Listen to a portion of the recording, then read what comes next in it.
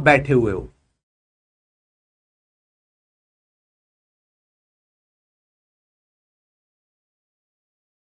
या बैठे हुए हो आराम से अपना ये करके, आपके सामने ये मोबाइल चल रहा है, यूं आपकी चल रही है क्लास, मान लो ऐसे बैठे हुए हो, ये आपके हाथ है, हाथ पे हाथ बांध के ऐसे बैठे हुए हो और यूं देख रहे हो, आप ऐसे कर रहे हो, है ना, ऐसे करके वीडियो देख रहे हो। तो पता है क्या है आपकी किस्मत, क्या बोलते हैं, किस्मत,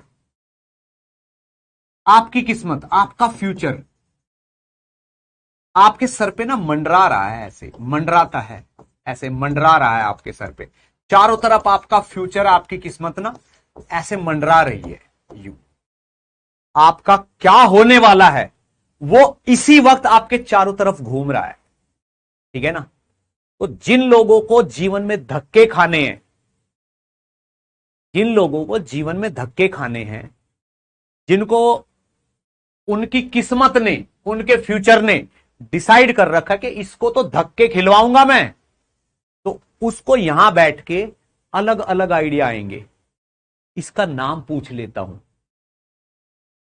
ठीक है ना, XYZ तुम्हारा नाम क्या है, तुम्हारी हाइट कितनी है, अरे तुम्हारी पढ़ाई कैसी चल रही है, क्योंकि इसकी किस्मत और इसका फ्यूचर इस पे मंडरा रहे हैं, ये इसको धक्के खिलवाने हैं उन्हें, तो इनको ऐसे ऐसे इसके दिमाग में ऐसे ही आइडिया डालेंगे वो, क्योंकि फ्यूचर है ना भाई, वो तो खराब है, फ्यूचर है वो तो खराब है ना, उसमें तो धक्के खाने हैं, तो यहां पे करेंगे और बैठ के क्या करेंगे, और भी कुछ नहीं तो टीचर को कंपेयर कर लेंगे, अरे यार उन्होंने तो ऐसे पढ़ाया था, इन्होंने वैसे पढ़ा दिया है।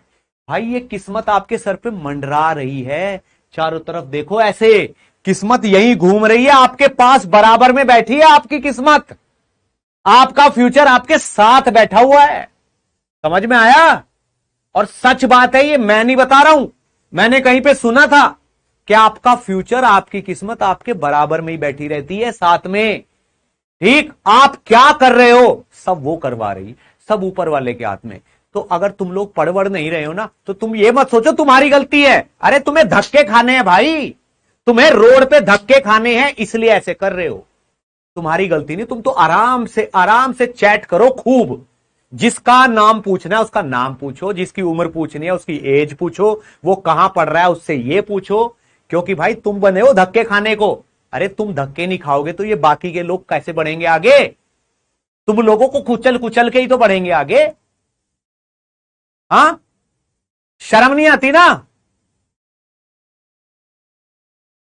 शर्म नहीं आती, 4 महीने भी नहीं बचे हैं और बकवास कर रहे हो बैठ के, मां बाप का पैसा कैसे बहा रहे हो, तुमको शर्म नहीं आनी चाहिए तुम लोगों को।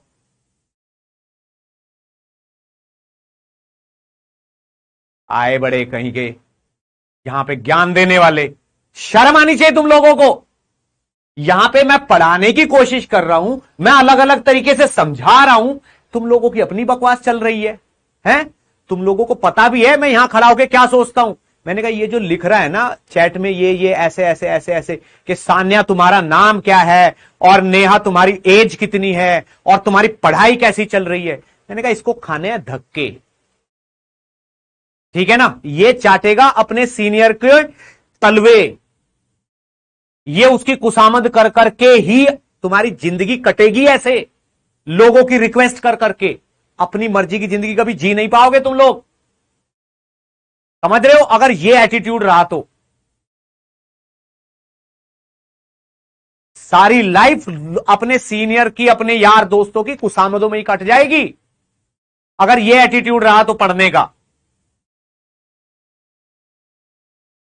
ये बात याद रख लो, आपकी किस्मत और आपका फ्यूचर आपके साथ बैठा हुआ है, वही करा रहा है जो करा रहा है, अगर अच्छे काम करोगे तो अच्छी जगह ले जाएगा, बुरे काम करोगे तो बुरी जगह ले जाएगा, दोनों बिल्कुल साथ चल रहे हैं भाई, अच्छा समय बुरा समय ये फ्यूचर में ही तो है, ये फ्यूचर अकेला थोड़ी है, इसमें अच्छा और बुरा दोनों है, ठीक, जो करोगे ना वही हो जाएगा, ऐसे ही हो जाओगे। तुम क्या सोच रहे हो? तुम अपनी जिंदगी खराब कर रहे हो। अरे तुम अपने मम्मी और पापा दोनों की जिंदगी खराब कर रहे हो। उन बेचारों का बुढ़ापा खराब होएगा। क्यों? मां बाप से ज्यादा परेशान कोई नहीं होता जब औलाद नाकारा निकल जाती है। पापा थोड़े से पैसे भेज दो, इस बार की सैलरी में से कुछ बचा ही नहीं है। तो पापा बेचारे तुम्हें बुढ़ा होने पे भी पैसे भेजेंगे। शर्म नहीं आती? पापा 40,000 का तो किराया ही है यहां पे, और मेरी तो तनख्वाह ही 30 है। पापा अपनी इज्जत बचाने को कि बेटा तू अभी नौकरी कर ले, कोई बात नहीं, थोड़े दिनों में तेरी सैलरी बढ़ जाएगी। तुम्हें पता है दिल्ली एनसीआर में किराया कितना है फ्लैटों का? 40, 50, 60, 70 हजार में नॉर्मल फ्लैट आते हैं। चार चार जने रहते हैं एक साथ, ताकि 10-10, 15-15 हजार उनके एक एक के हिस्से में आए और अपनी जिंदगी कट जाए उनकी।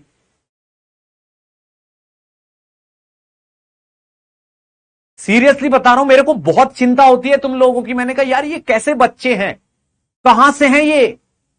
इनको 4 महीने एग्जाम के बच रहे हैं और ये लगे पड़े हैं अपनी बकवास में।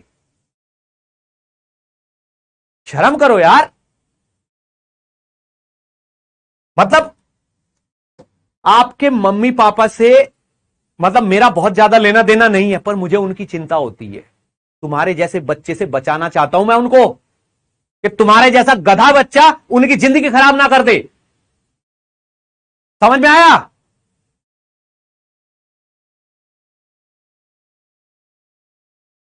लगे पड़े हो बकवास करने में। तुम्हें क्या लग रहा है मेरा कुछ बिगड़ जाएगा इससे?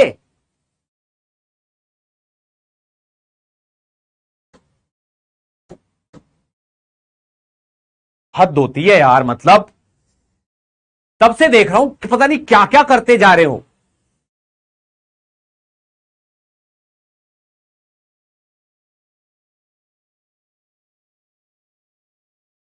कुछ बच्चे इस क्लास में बहुत अच्छे हैं, उनके मैसेज मैं पढ़ लेता हूं ना तो मेरे को एनर्जी मिल जाती है।